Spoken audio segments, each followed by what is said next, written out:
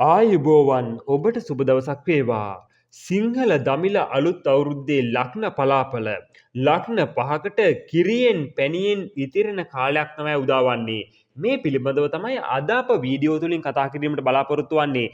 මුලින්ම මතක් කරන්න ඕන අපගේ YouTube channel එක තවමත් subscribe කරලා නැත්නම් දැම්ම අපගේ YouTube channel එක subscribe කරන්න. ඒ වගේම සීනුව බොත්තම ක්‍රියාත්මක කිරීමෙන් අප දාන ලග්න පලාපල එසනින් ඔබ වෙත ගෙන්වා ගැනීමේ හැකියාව පවතිනවා.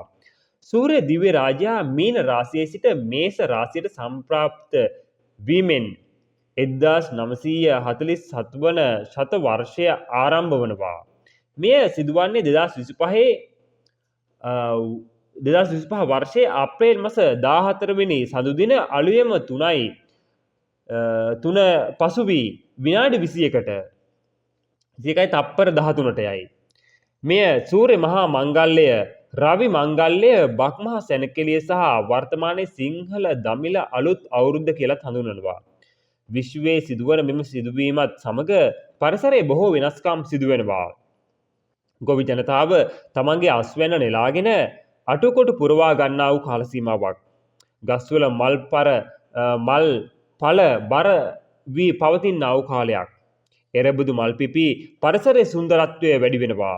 කෝලංගේ මිහිර නාදය රැව්පිලි රැව් දෙමින් දසත පුරා විහිදී යන මංගල්‍යක පෙරනිමිති හඳුනා ගන්නට ලැබෙනා වූ කාලයක්. මිනිසා නැවුම් බවකින් අසිරිමත් සිංහල දමිළ අලුත් අවුරුද්ද පිළිගන්නට සූදානම් වෙනවා. එදා රජ දවස පටන් අද වනතුරු මිනිසුන් එකම සුබ වේලාවක සිංහල අලුත් අවුරුදු චාරිත සිදු කිරීමට පුරුදු වී සිටිනවා. මෙහිදී ජ්‍යොතිෂවේදීන්ගේ භූමිකාව ඉතා ප්‍රබලයි. රජ මැදුරේ සිට පැල්පත දක්වා විසෙන සියලු දෙනාගේම පොදුවේ සුබ නැකත් සාදා ගන්නට කටයුතු කරනවා. උස් පහත් ભેදයකින් තොරව එම නැකත්වල අවනත වෙමින් සිංහල අලුත් අවුරුද්දේ චාරිත ඉටු කිරීමට මිනිසුන් පුරුදු වී සිටිනවා. ඊළඟට සොයා බලන්නේ ඉදිරි වසර කාලය තුල විය හැකි සුබ අසුතාවයන් පිළිබඳවයි. මෙහි ජ්‍යොතිෂ වේදීන්ගේ සහාය ලබාගත යුතුම කාලයක් විදිහට තමයි පෙන්눔 කරන්නේ. විශේෂ ශාස්ත්‍රීය නියමයන් ඔස්සේ ජ්‍යොතිෂ වේදීන්ගේ අනාවැකි සහ පලාපල විස්තරයන් හොඳට අධ්‍යයනය කරනවා නම් තමයි ඔබට වඩාත්ම යහපත් වන්නේ. එසේම පලාපල අනාපය ඉදිරිපත් කිරීමේ ක්‍රමවේදය බොහෝ දුරට තිබෙන අතර ඒවා අතුරින් අවුරුද්දක උදාවන අවස්ථාවේදී තත්කාල කේන්ද්‍රය ඇසුරෙන් පලාපල විස්තර ගෙනීමට කටයුතු කළ යුතුයි. බොහෝ පිරිස් මෙම තත්කාල කේන්ද්‍රය ගැන දන්නේ නිමිත්ත බැලීමට ගිය අවස්ථාවවලදී පමණයි. නිමිත්ත බැලීමට යන්නේ කිසියම් දෙයක් පිළිබඳ දැනගැනීමට තමයි.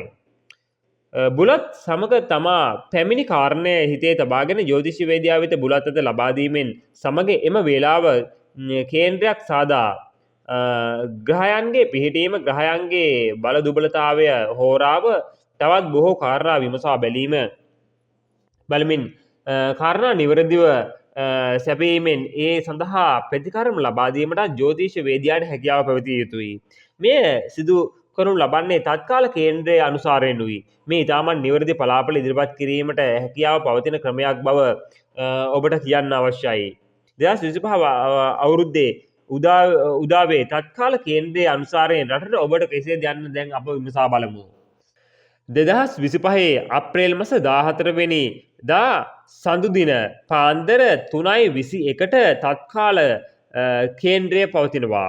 කුම්භ ලග්න උදා වෙනවා. කුම්භ ලග්නයේ ලග්නාධිපති ශනි හා රාහු බුධ ශුක්‍ර දෙවැනි භාවයේ සිටිනවා. රවි 3 වෙන්නේද, ගුරු 4 වෙන්නේද, කුජ 6 වෙන්නේද, කේතු 8 වෙන්නේද සහ චන්ද්‍රයා 9 වෙන්නේද පිහිටා තිබුණු ලබන කේන්ද්‍ර සටහනක් තමයි පෙන්눔 කරන්නේ.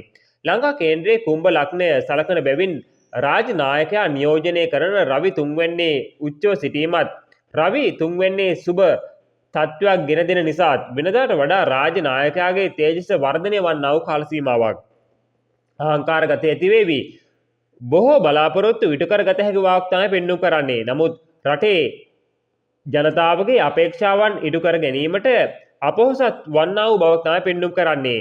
ආර්ථික වශයෙන් රටේ ජනතාවට එතරම් සහනයක් නොලැබේවි. රටේ අධ්‍යාපන ශාස්ත්‍රීය ප්‍රශ්න පැන නැගෙවි. විශ්වවිද්‍යාල තුල උද්ඝෝෂණ නිර්මාණය වේවි. වෛද්‍ය ශාස්ත්‍ර තුල ප්‍රශ්න ඇති වේවි. හඳුනාගත නොහැකි රෝග තත්ත්වයන් පැමිණීමේ අවදානමත්ද පවතිවි. රටේ මිනිසුන් අතර වෛරය පැතිරී යා හැකි බැවින් රාජතන්ත්‍රයේ නිලධාරීන් දූරදර්ශීව කටයුතු කළ යුතු වෙනවා. ප්‍රබල කාන්තා චරිතයක් මතුවන කාලයක් වෙනවා. ක්‍රීඩා ශේෂ්ත්‍ර තුළ ජයග්‍රහණ අත්වේවි. ජාත්‍යන්තර මට්ටමේ ඇගීම් වලට ලක්වේවි. විටින් විට ජලගැලීම් සුළං තත්ත්වයන් නිර්මාණය විය හැකි වෙනවා. ශනිගේ ලග්න ඒ රාශික අපලේ අවසන් වී තිබුණත් රටේ යහපත් තත්ත්වයක් සම්පූර්ණයෙන්ම ඇති නොවන නමුත් පෙර වසරට වඩා යම් සහනයක් ජනතාවට ලැබෙනු ඇත. දැන් අප මෙම සිංහල හින්දු අලුත් අවුරුද්ද ඔබගේ ලග්නයෙන් ලග්නයට බලපාන ආකාරය පිළිබඳව මදක් විමසා බලමු. ධනු ලග්නයෙන් උපන්න ඔබට මෙම සිංහල හින්දු අලුත් අවුරුද්ද සමග උදාවන්නා වූ කාලයේ ආදායම ඉහළට යන්නා වූ ආකාරයක් තමයි පෙන්වු කරන්නේ. ධනු ලග්න හිමියන්ගේ ග්‍රහ ගෝචරය සලකා බැලීමේදී මේ වසරේ සතුරු කරදර ඇතිවන බවක් පෙන්වු කරනවා. එසේම ඔබට විරුද්ධ දෝෂාරෝපණ එල්ල වී හැකි බවක් තමයි පෙන්වු කරන්නේ. හිතවතුන් දුරස් වේවි. අනවශ්‍ය ගමන් බිමන් යෙදේවි. නමුත් වසර අග භාගයේදී තිබූ කරදර පීඩාවන් ඉවත් වී යහපත් තත්ත්වයක් උදා වේවි. ආදායම් තත්ත්වයේද ඉහළට පැමිණෙන්නා වූ කාල සීමාවක් වෙනවා. ඔබගේ ගෘහ ජීවිතය සහ විවාහය පිළිබඳව කතා කිරීමේදී ගෘහ ජීවිතය තුළ විවිධ ප්‍රශ්න හටගනීවි. වැඩිහිටියන්ට අපල ගෙන දෙන්නා වූ බවක් තමයි පෙන්වුම් කරන්නේ. දරුවන් සම්බන්ධයෙන් ප්‍රශ්න ඇති වේවි. අධ්‍යාපනයට බාධා ගෙන දේවි. විවාහයන් දෙදරා යා හැකි බවක් තමයි පෙන්වුම් කරන්නේ. එබැවින් දූරදර්ශීව කටයුතු කළ යුතු බවක් පෙන්වුම් කරනවා. තිබූ ප්‍රේම සම්බන්ධතා බිඳ වැටේවි. නමුත් මැයි 18 දිනෙන් පසු මංගල යෝජනා මංගල කාරණා ඇතිවන්නා වූ බවක් තමයි පෙන්වුම් කරන්නේ. ඔබගේ රැකියාව සහ ධනය පිළිබඳව කතා කිරීමේදී රැකියාවේ ප්‍රශ්න ඇතිවන ලකුණු තමයි පෙන්වුම් කරන්නේ. උසස් වීම වරප්‍රසාද නොලැබෙන කාලයක් වෙනවා. රැකියාව සම්බන්ධයෙන් කලකිරෙන ස්වභාවයක් ඇති වෙනවා. වෙළඳ ව්‍යාපාරවලද අඩුපාඩු යෙදේවි. නමුත් මේ 18 දිනෙන් පසු හවුල් ව්‍යාපාර ආරම්භ කරන්නට සුබ වෙනවා. ධනය වර්ධනය වේවි. මෙම කාල සීමාව තුළ ඔබගේ සෞඛ්‍ය පිළිබඳව කතා කිරීමේදී සෞඛ්‍ය තත්ත්වය අයහපත් වන්නා වූ බවක් තමයි පෙන්වුම් කරන්නේ. කායික ශක්තිය දුර්වල වේවි. වාත රෝග ඇති වේවි. මානසික පීඩා ගෙන දේවි. හදිසි අනතුරු ඇති වේ. තුවාල සිදු විය හැකි බැවින් සැලකිලිමත්ව කාලය ගත කරනවා තමයි ඔබට මෙම කාල සීමාව වඩාත්ම යහපත් වන්නේ. මෙම කාල සීමාව තුළ ඔබගේ අපලවට වත්පිළිවෙත් විදියට බෝධි පූජා දින 21ක් තබන්න. වැඩිහිටි නිවාසයකට ආහාර පාන ලබා දෙන්න. ගිලන් වූ අයට උපස්ථාන කරන්න. එමගින් ඔබට සහනයක් සැනසීමක් උදා වේවි. මෙම කාල සීමාව තුළ ඔබගේ ජය අංකයන් ලෙස අංක 9 සහ අංක 3ද ජය වර්ණයන් ලෙස රතු පැහැ සහ කහ පැහැද සුබ දවස විදියට අඟහරුවාදා සහ බ්‍රහස්පතින්දා යන දිනයන්ද පෙන්වුම් කරනවා. මා මේ ඔබ වෙත ගෙනාවේ සිංහල හින්දු අලුත් අවුරුද්දත් සමග උදාවන කාලය පිළිබඳ පොදු ලග්න පලාපල විස්තරයක් පමණයි. ඔබගේ කේන්ද්‍රයේ පවතින ග්‍රහ තත්ත්වය මත මෙම ලග්න පලාපල විස්තරය යම් තාක් දුරට වෙනස් වීමේ හැකියාව පවතිනවා. ඒ පිළිබඳව ඔබගේ පවුලේ ජ්‍යොතිර්වේදයාලව පරීක්ෂා කරගෙන ඒවට අදාළ නිසි වත්පිළිවෙත් සිදු කරනවා නම් තමයි ඔබට මෙම කාල සීමාව වඩාත්ම යහපත් වන්නේ. ඒ නිසා ඔබගේ කේන්ද්‍ර සටහන ඔබගේ පවුලේ ජ්‍යොතිර්වේදයාලව පරීක්ෂා කරවා ගන්න. මෙම වීඩියෝ පිළිබඳ ඔබගේ අදහස පහලින් කමෙන්ට් කරන්න යන්නත් අමතක කරන්න එපා.